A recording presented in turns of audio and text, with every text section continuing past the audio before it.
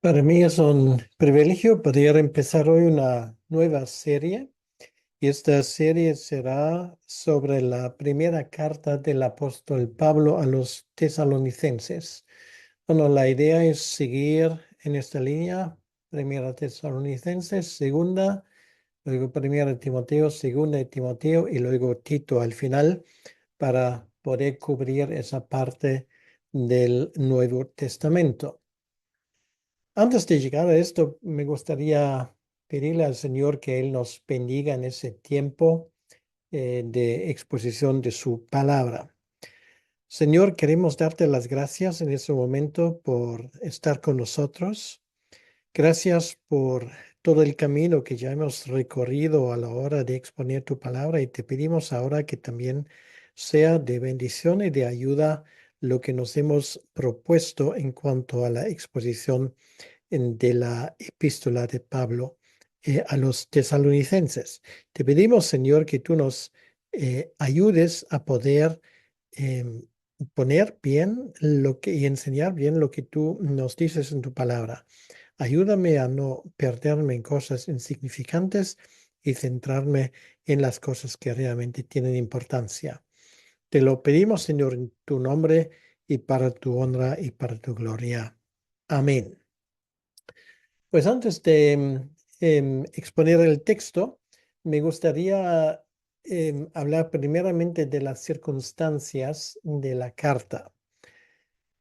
Estamos ubicados en el segundo viaje del apóstol Pablo y es el momento cuando Pablo y sus compañeros de viaje, que en este caso son Timoteo y Silvano o Silas, pues pasan por la provincia de Macedonia. La provincia de Macedonia corresponde a lo que conocemos hoy como el norte de Grecia y allí, guiado por esa visión de un hombre en que les pide auxilio, ellos primeramente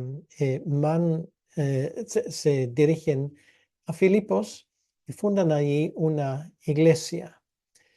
Esto lo leímos en el capítulo 16 del libro de los Hechos. Luego tenemos la historia como Pablo y sus compañeros siguen su viaje y la siguiente estación importante es la ciudad de Tesalónica. Tesalónica era capital de la provincia de Macedonia, pero aparte de esto era una ciudad libre. Quiere decir em, que esa ciudad, por a razones de apoyo que el consistorio de la ciudad en su momento daba a los romanos, como recompensa de su lealtad, le daban un estatus especial a la ciudad de Tesalónica. Por cierto, la ciudad lleva el nombre Tesalónica por el nombre de una media hermana de Alejandro Magno, que fue puesto a la ciudad cuando la fundaron allá en el siglo V. Entonces, en esa ciudad había una importante minoría judía. Era una ciudad próspera.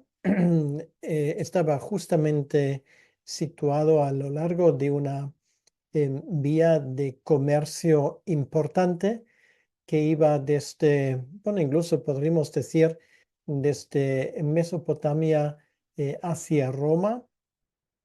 Y por lo tanto, esto le daba a la ciudad de Tesalónica una riqueza. Esa vía era una de las vías más importantes en el Imperio Romano, la así llamada Vía Ignacia.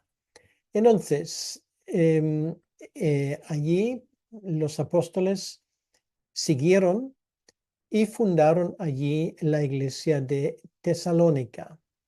Esto lo podemos leer en el capítulo 17 de la carta, perdón, del relato de Lucas, capítulo 17 del libro de los Hechos. Allí se establece la iglesia. Las primeras 3 semanas Pablo y sus compañeros predican en las sinagogas. Finalmente, Pablo es echado de la sinagoga y los demás obviamente también. Y el que hospedaba al apóstol y a los demás, un tal Jasón, pues tiene que responder ante las autoridades de la ciudad. De hecho, tiene que depositar una fianza. Pero finalmente la resistencia de parte de los judíos llega a ser tan feroz y tan importante que se decide que es lo mejor que Pablo y sus compañeros salgan de la ciudad. Esto es lo que hacen, y de esa manera, viajando hacia en dirección oeste, ellos llegan a Berea, donde también en el capítulo 17 del libro de los Hechos leímos que los habitantes de la ciudad eran nobles en el sentido que buscaban en la escritura si las cosas realmente fueron así.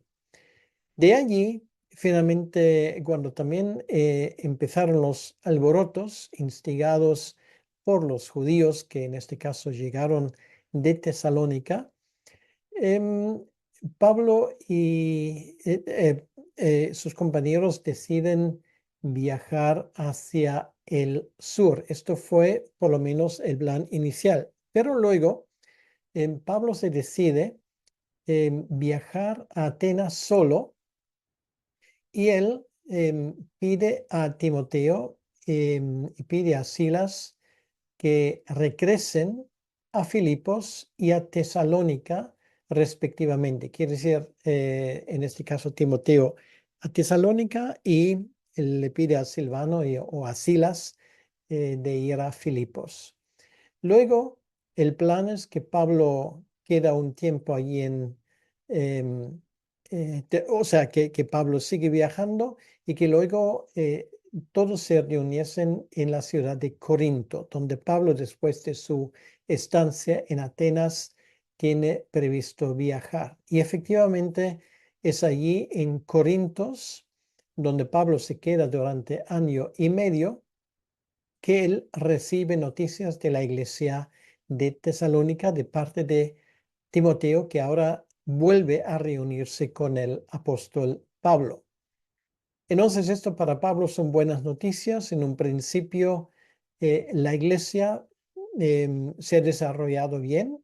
Hay algunos problemas que Pablo en esa carta dirige, pero de entrada Pablo está bastante contento de cómo se han ido desarrollando las cosas. Y es el momento cuando él escribe esa carta, primera de Tesalonicenses, donde en 5 capítulos relativamente cortos, él intenta corregir algunos de esos errores que han aparecido. Y es ahora donde vamos a finalmente leer el texto. Este primera de Tesalonicenses es el primer capítulo entero, los versículos 1 al 10. Y dice así la palabra de Dios. Pablo, Silvano, que es Silas, que Silvanus es su nombre en latín. Entonces, bueno, ambas versiones hablan del mismo personaje. Pablo, Silvano y Timoteo, a la iglesia de las Tesalonicenses, en Dios Padre y en el Señor Jesucristo. Gracia y paz sean a vosotros de Dios nuestro Padre y del Señor Jesucristo. Damos siempre gracias a Dios por todos vosotros, haciendo memoria de vosotros en nuestras oraciones, acordándonos sin cesar delante del Dios y Padre nuestro de la obra de vuestra fe, del trabajo de vuestro amor y de vuestra constancia en la esperanza en nuestro Señor Jesucristo. Porque conocemos, hermanos amados de Dios, vuestra elección. Pues nuestro Evangelio no llegó a vosotros en palabras solamente, sino también en poder, en el Espíritu Santo y en plena certidumbre, como bien sabéis, cuáles fuimos entre vosotros por amor de vosotros. Y vosotros vinisteis a ser imitadores de nosotros y del Señor, recibiendo la palabra en medio de gran tribulación, con gozo del Espíritu Santo. De tal manera que habéis sido ejemplo a todos los de Macedonia y de Acaya que han creído. Porque partiendo de vosotros ha sido divulgada la palabra del Señor, no solo en Macedonia y Acaya, sino que también en todo lugar vuestra fe en Dios se ha extendido, de modo que nosotros no tenemos necesidad de hablar nada, porque ellos mismos cuentan de nosotros la manera en que nos recibisteis, cómo os convertisteis de los ídolos a Dios para servir al Dios vivo y verdadero, y esperar de los cielos a su Hijo, al cual resucitó de los muertos, a Jesús, quien nos libra de la ira venidera. Hasta aquí la lectura de la palabra de Dios y vamos a pedir al Señor que Él añada su bendición. Señor, te pedimos esto, que tú añadas tu bendición a la lectura de tu palabra para tu honra y para tu gloria. Amén. Bien, entonces vamos a hablar de ese primer capítulo que nos cuenta bastante sobre la relación que Pablo tenía con la iglesia de Tesalónica. Y no solamente él, sino también él nombra sus dos compañeros, Silvano y Timoteo, que dirigen esa carta. Bueno, casi fue escrito en equipo, entonces se supone que era Pablo el que llevaba en ese sentido la voz cantante.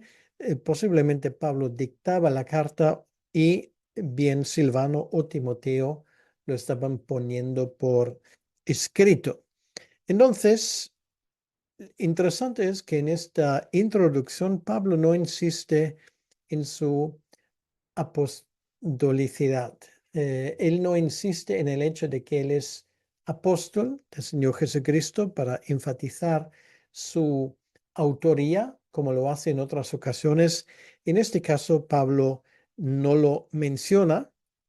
Lo que también es muy interesante en ese primer versículo, donde dice en esa frase, en Dios Padre y en el Señor Jesucristo, es el saludo. Quiere decir que ambas personas, Dios el Padre y el Señor Jesucristo, dependen de la misma preposición, de la preposición en, lo cual quiere decir que esto es uno de los versículos eh, muy importantes para demostrar la plena divinidad de nuestro Señor Jesucristo, porque aquí obviamente está puesto en el mismo nivel que Dios el Padre. Esto es la introducción de Pablo.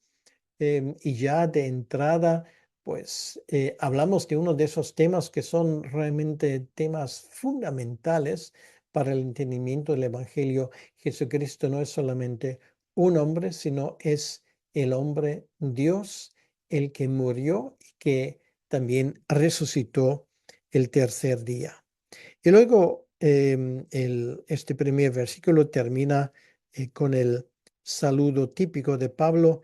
Gracias, gracia y paz sean a vosotros de Dios nuestro Padre y del Señor Jesucristo. Y aquí otra vez esa yuxtaposición de Dios el Padre y de Jesucristo, que también es Dios. Por vía doble, en este primer versículo, Pablo enfatiza este hecho. Bien, la iglesia de Tesalónica era una iglesia ejemplar, y esto también es el título de este mensaje, una iglesia ejemplar. Porque además de forma ejemplar, Pablo aquí resume lo que para él fue lo esencial, lo más importante en cuanto a esa iglesia. Lo primero que leemos aquí es que Pablo les tenía en su corazón. Pablo siempre estaba intercediendo por los creyentes. Él lo confiesa en varias ocasiones. Y aquí él no solamente habla de sí, sino habla de los demás, de sus dos compañeros que le acompañan cuando dice, damos siempre gracias a Dios por todos vosotros. Dos cosas me llaman la atención. En primer lugar, el uso de la palabra siempre. Y en segundo lugar, el uso de la palabra todos. Quiere decir que esa gratitud de Pablo hacia los tesalonicenses era una constante de su vida. Era algo que él tenía continuamente en su corazón. Continuamente les tenía presente en sus conversaciones con el Señor. Y aquí además dice, todos vosotros, no solamente los ancianos, no solamente los líderes de la iglesia, como seguramente uno de ellos era Jasón, no, no solamente ellos, sino todos. Y Pablo tenía una excelente memoria. Seguramente él no se había olvidado de ninguno de ellos. Entonces, esto nos dice algo sobre la vida de oración del apóstol Pablo, porque dice además en el versículo 2, haciendo memoria de vosotros en nuestras oraciones. Aquí Pablo no dice cuánto tiempo cada día estaban orando, pero lo que nos dice es que la gente en Tesalónica, a Pablo y a sus compañeros, les importaban mucho. Y esto nos demuestra algo de lo que es la comunión cristiana. No es solamente pertenecer al mismo club, no es solamente estar juntos uno, dos o tal vez incluso tres veces por semana en alguna reunión, sino tener una sintonía de unidad en nuestra mente también cuando no nos vemos. Tener ese sentido de pertenencia mutua, algo que es mucho más grande, o debería decir, a alguien que es mucho más grande que nosotros, que es el Señor Jesucristo. Entonces, esto nos demuestra que Pablo tenía esa costumbre de orar por las iglesias. Él sabía em, cómo cada uno se comportaba, se había comportado, y esto formaba la base de las oraciones de Pablo. Es una pregunta interesante. Puedo preguntarte si tú también estás orando por tus hermanos en tu iglesia. No en todas las iglesias, ¿vale? No, no tienes que hacer lo que hizo el apóstol Pablo, porque él no estaba orando solamente por los tesalonicenses, pero de tu iglesia. Yo no sé si tu iglesia es muy grande, pero ¿te acuerdas de las personas que forman parte de tu iglesia? ¿Conoces su nombre? ¿Sabes por lo menos algo de dónde vienen, de su casa, de los problemas que tal vez tienen? Pues esto lo puedes conocer cuando llegas un poco antes al culto y no eres el primero que luego sale a casa. La cuestión es tomarte el tiempo para hablar con ellos, para interesarte por ellos. ¿Por qué? Porque eso te ayuda del resto de la semana de tenerles en oración en tu corazón. Aquí dice luego, hablando de oración, acordándonos sin cesar delante del Dios y Padre nuestro de la obra de vuestra fe. Hay algunas cosas que a Pablo le llamaban la atención. Sin cesar, quiere decir, aquí estamos hablando de una actitud continuada. Y había cosas en la vida de esa iglesia en Tesalónica que a Pablo le llamaban la atención. Em, Aquí él dice, de la obra de vuestra fe. Bueno, esto parece contradictorio a primera vista. La obra de vuestra fe, ¿qué quiere decir? ¿La fe es una obra? No, de lo que aquí estamos hablando es que esa fe, esa confianza en el Evangelio, confianza en el Señor Jesucristo, nos lleva a la práctica. Quiere decir que nos lleva a hacer cosas, a la acción, a la ayuda. Eh, Hay mil maneras como esto se hace práctico. Esto es la obra de vuestra fe. Y luego lo mismo, el trabajo de vuestro amor, pues ellos mismos lo habían experimentado cuando estuvieron allí.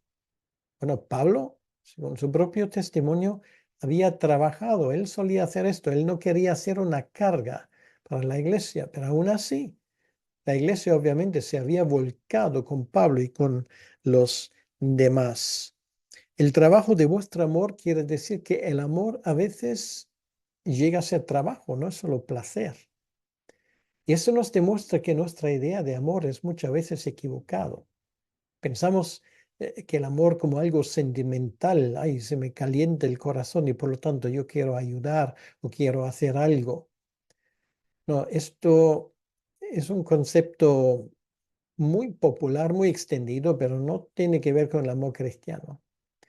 El amor cristiano no es en primer lugar un sentimiento, el amor cristiano es una decisión.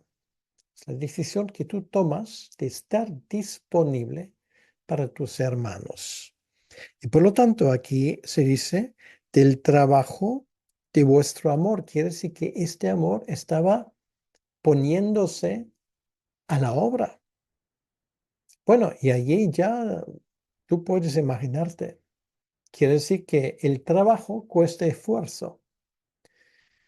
Y te puedes preguntar qué puedo hacer yo, qué esfuerzo puedo hacer yo para poner esto en práctica en cuanto a mis hermanos. Bueno, allí el Espíritu Santo te va a dar ideas si tú no las tienes, pero es obvio que tú puedes y debes de ayudar y de echar una mano a los demás. Algo práctico. Ese amor cristiano se hace práctico y además no solamente es algo puntual, sino aquí dice, y de vuestra constancia en la esperanza de nuestro Señor Jesucristo. Quiere decir, esa gente tenía una visión de largo plazo. La esperanza cristiana engloba muchas cosas. Es un conocimiento de lo que Dios ha hecho en nuestra vida, es un conocimiento de lo que Jesucristo hizo en nuestro favor, pero la esperanza cristiana es mucho más. Es la certeza de que el Evangelio va conquistando. La esperanza cristiana nos habla no solamente del pasado y del presente, nos habla también del futuro. Quiere decir que nos habla del hecho de que el Evangelio va ganando, va extendiéndose.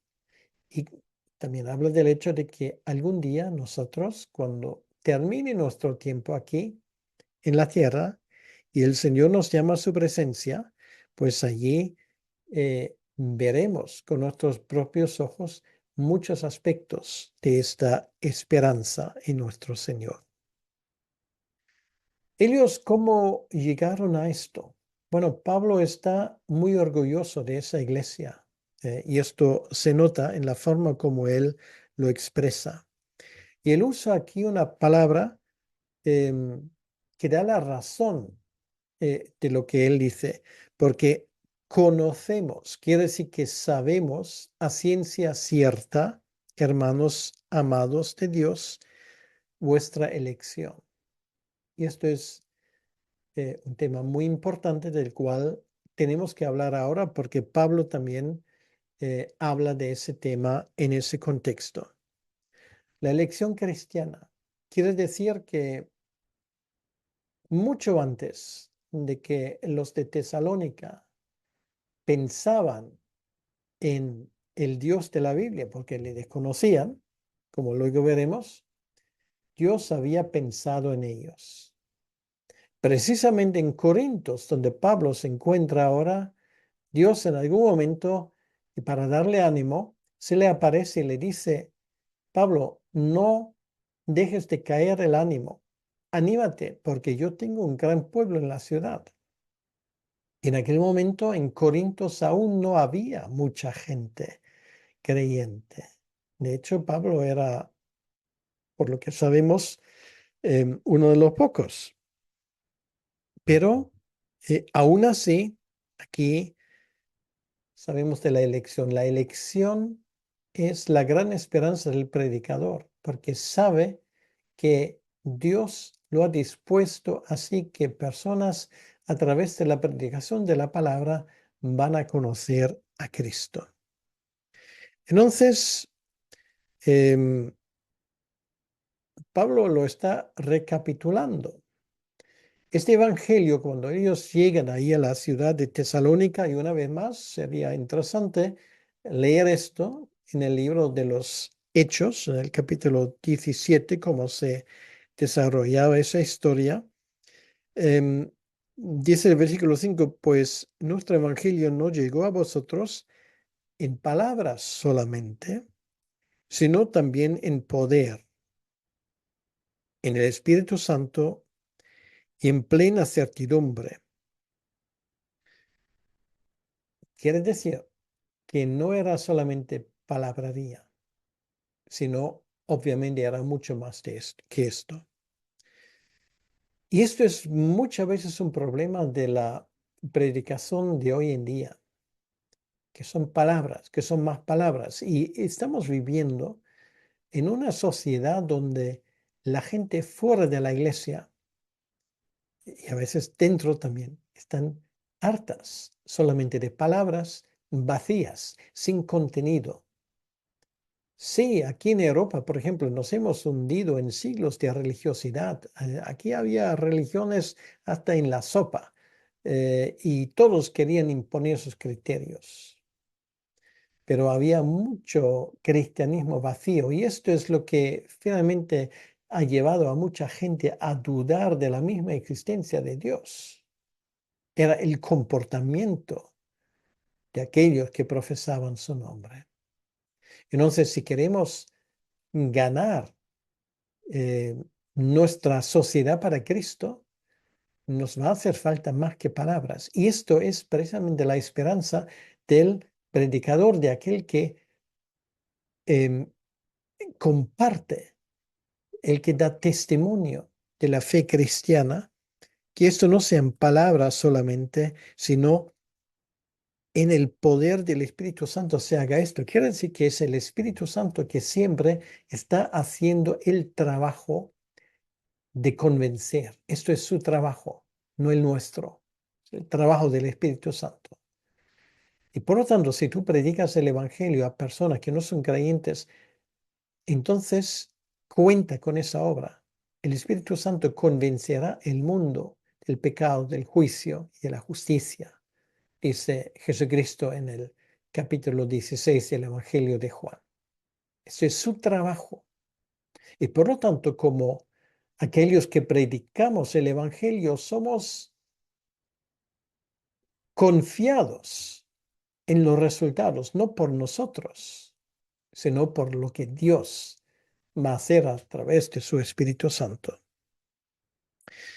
Y luego dice en plena certidumbre. En plena certidumbre quiere decir que el Evangelio que Pablo cuenta no son cosas que él había escuchado por oídos, como lo confiesa Job en su momento, de oídos he escuchado de ti, pero ahora mis ojos te ven. ¿Vale? Esto es ya, es muy distinto esto. Aquí estamos hablando de que Pablo no habla acerca de Dios. Pablo, para decirlo así, presenta a Dios, presenta al Señor Jesucristo como, como si Él estuviera presente. En plena certidumbre quiere decir que esto, nosotros no estamos hablando de especulaciones, no estamos hablando de posibilidades, no estamos dando una opción entre muchas. Estamos hablando de cosas que son así, cosas de vida o de muerte. cosas que tienen que ver con la eternidad y por lo tanto el creyente está llamado a conocer el Evangelio y la voluntad de Dios no de una forma más o menos, sino de una forma exacta. No estamos hablando de cosas especulativas. Si tú hablas a otras personas del Evangelio, tienes que hablarles con convicción porque las cosas son así, no porque tú lo digas, sino porque está escrito así, porque Dios así lo ha revelado.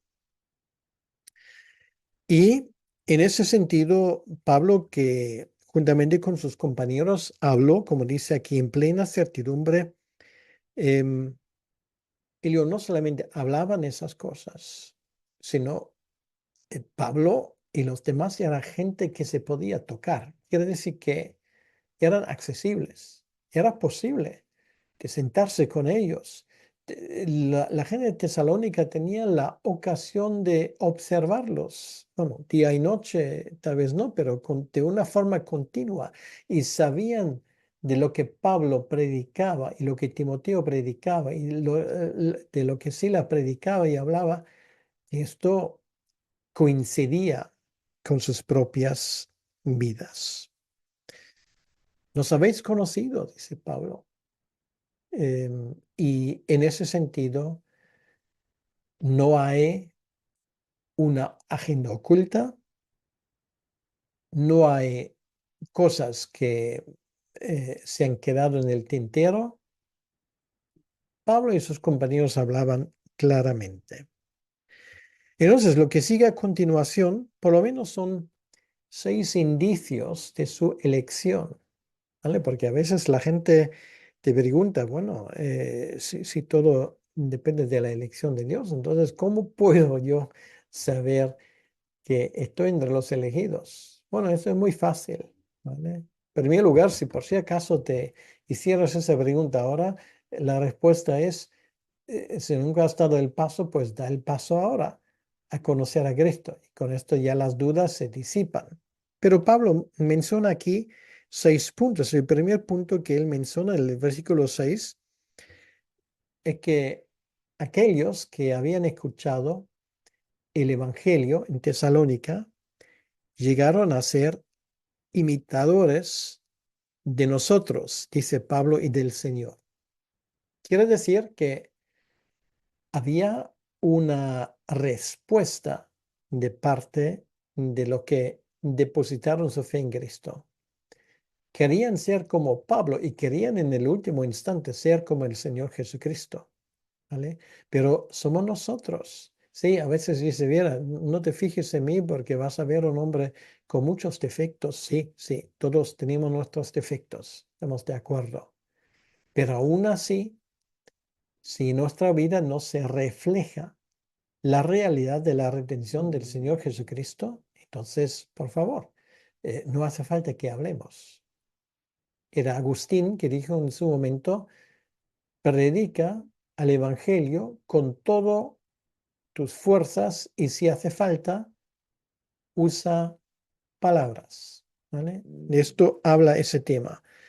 Imitadores de nosotros y del Señor, esto es algo que fue lo primero. O sea, querían ser como Pablo. Si buscas gente a imitar en tu vida, y esto es importante, todos los necesitamos, búscate gente como Pablo, verdaderos ejemplos, no charlatanes, no gente que solamente habla, no gente que hoy está y mañana se va, gente que está contigo y que te puede enseñar y ayudarte a ser más parecido al Señor. Y ves que puedes ser más parecido al Señor porque ellos lo viven en su propia vida. Esto fue lo primero, querían imitar. En segundo lugar, su elección se demuestra en el hecho de que ellos recibieron la palabra, dice en el versículo 6, y además en medio de una gran tribulación. Sí, convertirse cuando no hay problemas, em, bueno, humanamente hablando es fácil, pero en una situación como la de Tesalónica, donde tú sabías si yo doy el paso y cruzo la línea, entonces los demás me van a rechazar. De ciudadano respetado en la ciudad voy a pasar a un ostracismo social. De repente me voy a encontrar en las márgenes de esa sociedad, de una ciudad bastante próspera. Posiblemente voy a perder mi trabajo y habrá persecución. Gente que tiene que pasar por la cárcel, gente que físicamente tiene que sufrir. Muchas veces, no solamente el hecho de que alguien recibe la palabra, sino que recibe la palabra en medio de tribulación y además dice aquí con gozo, o sea, no con una cara así, sino con gozo, como los apóstoles sufrieron con gozo sabiendo que era un privilegio. Esto sí que es señal de que en tu vida algo auténtico ha empezado. Y esto fue aquí la segunda señal de la elección que Pablo daba. En tercer lugar, versículo 7, no solamente buscaron un ejemplo, no solamente reciben la palabra, sino además se convierten ellos mismos en ejemplo. Y aquí dice, a todos los de Macedonia. Era una provincia importante, una provincia grande, llevaba un gran nombre. Su hijo más predilecto era Alejandro Magno. Ser macedonio es considerarse hijo de una nación privilegiada. Pero esto no era el tema, sino el ejemplo a todos los que estaban en Macedonia. Se convirtieron en personas que eran modelos de la vida cristiana. Un cristianos, un seguidor de Cristo, como dice esta palabra. Y no solo en Macedonia, sino aquí dice en Acaya, que también han creído, bueno, Atenas, Corintos, eran ciudades de la provincia de Acaya, hasta allí llegó la fama de ellos. Porque Pablo además dice que ese evangelio no se quedó allí en la ciudad, porque no hay que olvidar, lo dije antes, Tesalónica estaba construido en una vía principal de comercio, una de esas carreteras romanas importantes. Además, había mucha gente que se fue a Tesalónica para hacer negocios, compras, etcétera, etcétera. Y los que pertenecían a la iglesia hablaban de su fe. La palabra se divulgó en lo que hoy sería en toda Grecia, ¿vale? Era una iglesia que no solamente hizo un impacto en la ciudad, sino hizo un impacto más allá de sus fronteras. Allí en Acaya y en Macedonia había más ciudades, no solamente las ciudades grandes, había gente que vino de pueblos pequeños y ellos también escucharon. Entonces nos damos cuenta, esto era la estrategia de Pablo, que los que conocen al Señor a su vez transmiten el Evangelio. Entonces una persona que hace esto da muestras de que es elegido. Son ejemplos para los demás. Em, Divulgan el Evangelio, como hemos visto en el versículo 8. Además, reciben la palabra con gozo en momentos de tribulación. Versículo 6, y en el mismo versículo 6, ellos imitan. Entonces ya son 4 puntos y vamos a ver otro. Aquí dice, em, al final del versículo 8, bueno, quiero mencionar esto, por lo menos se ha extendido de modo que nosotros no tenemos necesidad de hablar nada. Quiere decir que vosotros os habéis encargado de evangelizar cada rincón de esta zona. porque hay testimonios que llegan a Pablo. Dice versículo 9, ellos mismos cuentan de nosotros la manera en que nos recibisteis. Y luego, pues allí en el versículo 9 tenemos em, la última señal de su elección. Se habían convertido de los ídolos a Dios. Quiere decir que en Tesalónica se vivía uno bien, siguiendo a los ídolos, al panteón griego, pero la autenticidad de su conversión se muestra en el hecho de que habían dejado atrás a Diana, a Apolos, habían dejado atrás a Zeus, a la creencia en Mercurio, etcétera, etcétera, etcétera. Esos ídolos que también son muy extendidos hoy en día y tienen otros nombres. Nosotros hoy somos un poco más sofisticados, pero ídolos hay eh, muchísimos. Y eso define realmente, ese quinto punto define realmente la autenticidad de una conversión cuando una persona deja atrás esto.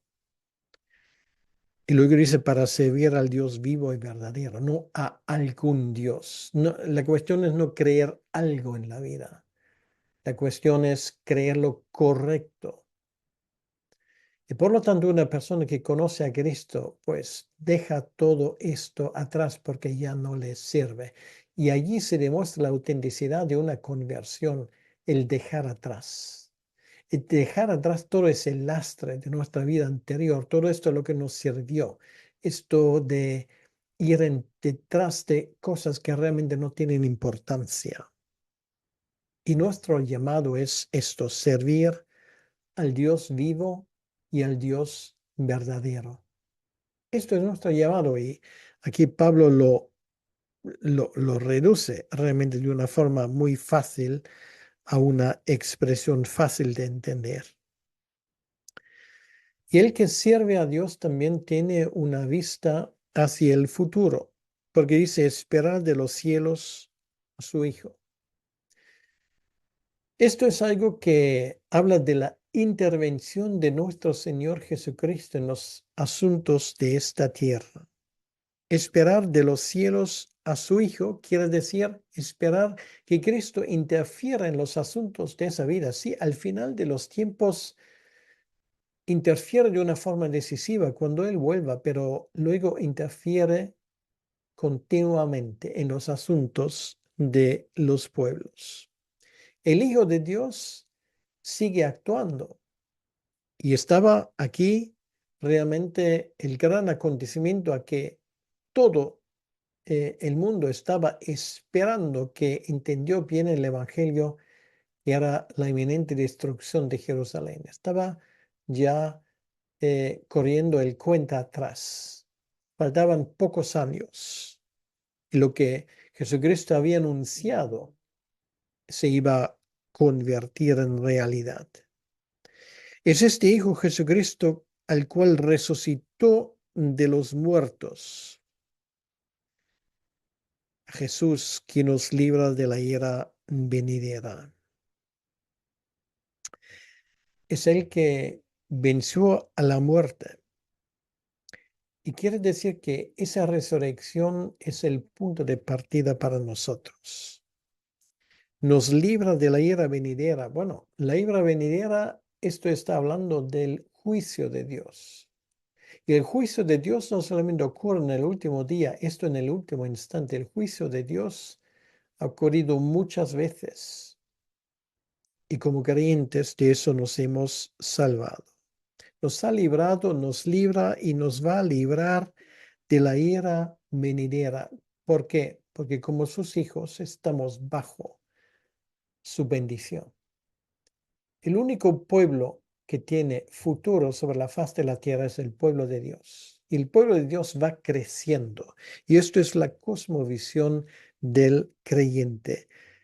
Sabiendo que nuestro Señor resucitó a los muertos, ahora todavía no ha terminado su trabajo. Va a cuidar de su iglesia, de la era venidera, y esa iglesia prosperará bajo el cuidado y la bendición de Dios. Pues si esto no es una cosmovisión alegre y bonita, entonces pues no lo sé. Pues toma esto como ánimo. El tema hoy era una iglesia ejemplar, pues en este capítulo Pablo nos ha dicho por qué era una iglesia ejemplar. Y ahora pues la pelota está en nuestro tejado. Quiere decir, ¿qué vamos a hacer con todo esto? Vamos a su vez nosotros imitar a la fe de los tesalonicenses. Yo te animo a hacerlo, ¿vale? Imita esa fe que para Pablo era una fe ejemplar. Vamos a orar. Señor, gracias te damos por lo que hemos aprendido de este primer capítulo de Tesalonicenses. Te pedimos, Señor, que tú nos ayudes a poder aplicar esto y también ser ejemplos, gente ejemplar, cristianos ejemplares para otros. Esto es lo que queremos pedir en tu nombre, para tu honra y para tu gloria. Amén. Que Dios te bendiga.